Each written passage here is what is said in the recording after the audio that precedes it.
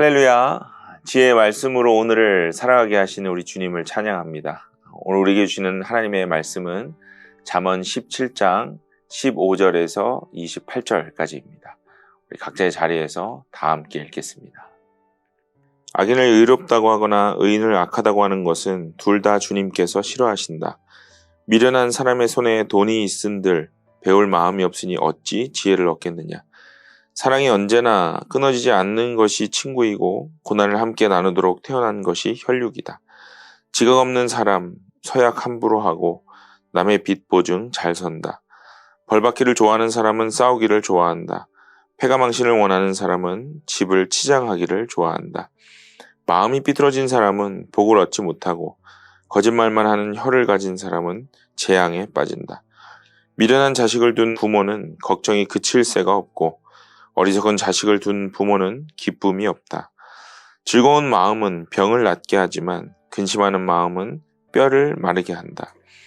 악인은 가슴에 안겨준 뇌물을 먹고서 재판을 그르친다. 슬기로운 사람의 눈은 지혜를 가까이에서 찾지만 미련한 사람은 눈을 땅 끝에 둔다. 미련한 자식은 아버지의 근심이고 어머니의 고통이다. 의로운 사람을 벌주는 것은 옳은 일이 아니다.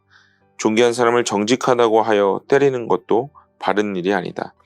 아는 것이 많은 사람은 말을 삼가고 슬기로운 사람은 정신이 냉철하다. 어리석은 사람도 조용하면 지혜로워 보이고 입술을 다물고 있으면 슬기로워 보인다. 오늘 본문을 보기 전에 여러분께 이런 질문을 드리면서 말씀을 시작해 보려고 합니다. 지금 여러분의 마음 상태는 어떠하십니까? 많은 생각이 드실 것 같아요. 나의 마음이 평안하실 때도 있을 수 있을 것 같고요. 반대로 현재의 어떤 상황 때문에 걱정스럽거나 또 두려운 마음의 상태일 수도 있을 것입니다. 그래서 이 그리스도인으로서 마음을 잘 파악하고 또 마음의 상태를 다루는 것은 정말 중요합니다. 그래서 성경에서 자주 표현하는 이 마음이라는 단어의 본질은 단순히 생각이나 감정만을 표현하진 않습니다. 성경에서 말씀하는 마음이란 사랑과 헌신, 믿음과 신뢰, 순종과 결단이 포함된 영적인 영역이 다 포함되어 있다는 것이죠. 오늘은 이러한 차원에서 본문이 계속해서 반복하고 있는 이 마음에 대해서 함께 묵상해 보도록 하겠습니다. 먼저 15절과 16절은요.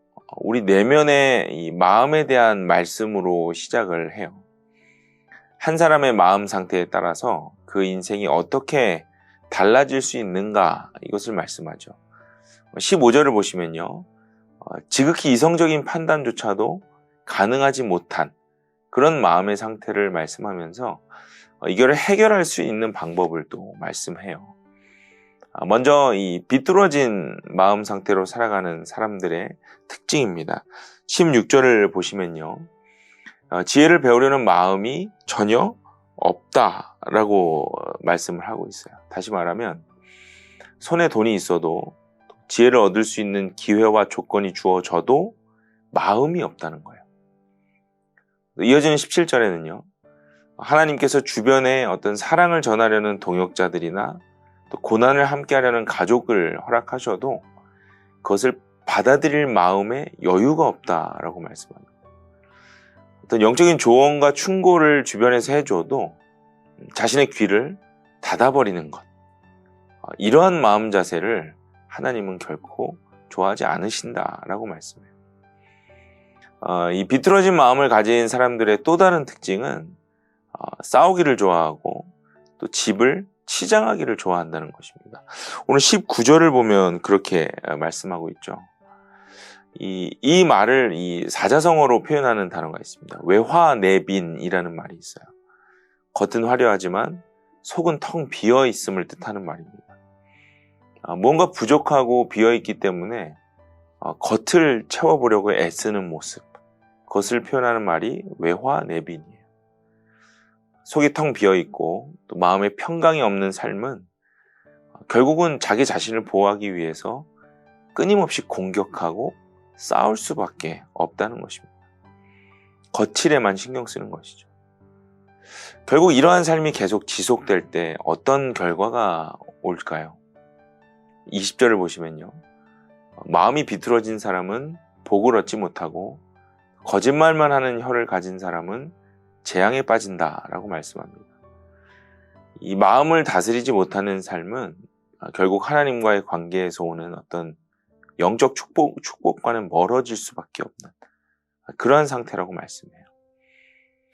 그렇다면 어떻게 우리 내면의 마음을 지킬 수 있을까요? 오늘 본문은요, 마음을 지킬 수 있는 몇 가지의 영적 대안도 제시를 하고 있습니다. 22절을 보시면요, 가장 먼저 근심하지 않는 것이 필요하다라고 말씀했어요. 쉽지 않은 일이죠. 우리는 매일 수많은 근심거리를 마주하기 때문에 이것은 쉽지 않습니다. 이것에 대한 답은 오직 한 가지예요. 바로 우리의 삶을 인도하시는 우리 하나님을 전적으로 믿고 또 믿는 것입니다. 그래서 요한복음 14장 1절에 그렇게 말씀하셨어요. 너희는 마음에 근심하지 말아라. 하나님을 믿고 또 나를 믿으라 라고 말씀하셨어요. 이 말씀을 주신 하나님께서 그분의 선하심으로 인도하실 것이다 라고 믿을 때 우리는 근심하지 않게 될 수 있다 라고 말씀하시는 것이죠. 계속해서요, 우리 내면의 마음을 어떻게 지킬 수 있을까? 두 번째로는요, 영적인 눈을 떠서 하나님의 지혜를 발견해야 우리 마음을 지킬 수 있다고 말씀합니다. 24절에 그렇게 말씀해요. 그렇다면 우리 일상에서 하나님의 지혜를 발견할 수 있는 장소는 어디일까요? 무엇보다 예배의 자리가 그것을 가능케 합니다. 예배할 때는 우리의 눈과 생각과 또 모든 것이 하나님을 향할 수밖에 없죠. 나의 마음을 발견하고 깨달을 수 있는 아주 최적의 장소입니다. 그래서 여러분, 우리가 예배를 늘 삶의 가장 가까운 자리에 두어야 합니다. 교회에 단순히 와서 드리는 예배뿐만 아니라 우리 삶의 전체가 예배가 되어서 계속해서 우리가 마주하는 모든 상황을 예배의 자세로 전환하여서 받아들일 수 있어야 해요. 내가 감당할 수 없는 상황이 왔을 때 온전히 하나님을 의지할 수 있는 그 상황의 예배를 우리가 만드는 것이죠. 그렇게 하나님의 지혜를 예배 가운데 얻을 수 있습니다. 마지막으로요, 우리 내면의 마음을 어떻게 지킬 수 있는가? 27절입니다. 17절을 보시면 세 번째로 이렇게 얘기하세요. 말을 삼가하고 정신을 냉철하게 해야 한다라고 말씀해요. 어떤 지식이 많고 해결할 수 있는 능력이 있어도요, 말을 먼저 하기보다 기도 먼저 할 수 있는 그런 마음이 필요하다고 말씀하는 것이죠. 신중하게 생각하고 하나님의 마음이 무엇인지 기도로 구하는 것이 우선이다, 이것을 아는 사람은 말을 절제할 수 있어야 한다고 말씀하시는 겁니다. 또한 주님의 말씀으로 인해서 우리의 마음이 뜨거워져도 우리의 생각은 냉철해야 한다는 것이죠. 머리까지 뜨거워지면 안 되는 거예요. 절제할 수 있어야 합니다. 이것이 우리 내면의 마음을 다스리는 지혜로운 길이다라고 오늘 본문이 말씀해요.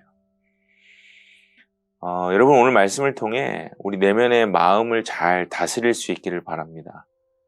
지금 나의 마음을 지키지 못하고 있는 부분이 무엇인지를 잘 돌아보실 수 있으면 좋겠습니다. 하나님과 멀어지게 하는 마음은 또 어떠한 것이었는지를 분별할 수 있으면 좋겠습니다. 마음의 결핍을 우리가 발견하게 된다면 오늘 말씀이 제시한 이 몇 가지 방법들을 통해서 주님 주시는 마음으로 대처해 나갈 수 있으면 좋겠습니다. 그때 마음을 다스리시는 우리 주님의 평강이 오늘 하루 우리 모두에게 충만하게 임하게 될 것입니다. 그 축복을 누리는 귀한 하루가 되시기를 간절히 소망합니다. 기도하겠습니다. 사랑의 주님, 우리의 마음과 우리의 생각이 주님을 닮기를 원합니다. 여러 가지 눈에 보이는 것으로 흔들릴 수밖에 없는 삶이지만 그 안에서도 오늘 제시하신 여러 가지 방법들을 통해 우리 마음의 평강을 지켜주시기를 원합니다.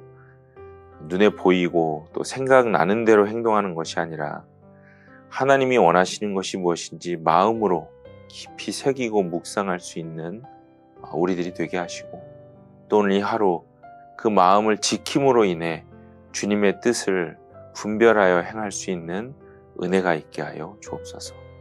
오늘도 그렇게 우리를 도우실 성령 하나님을 기대합니다. 예수님의 이름으로 간절히 기도드립니다. 아멘.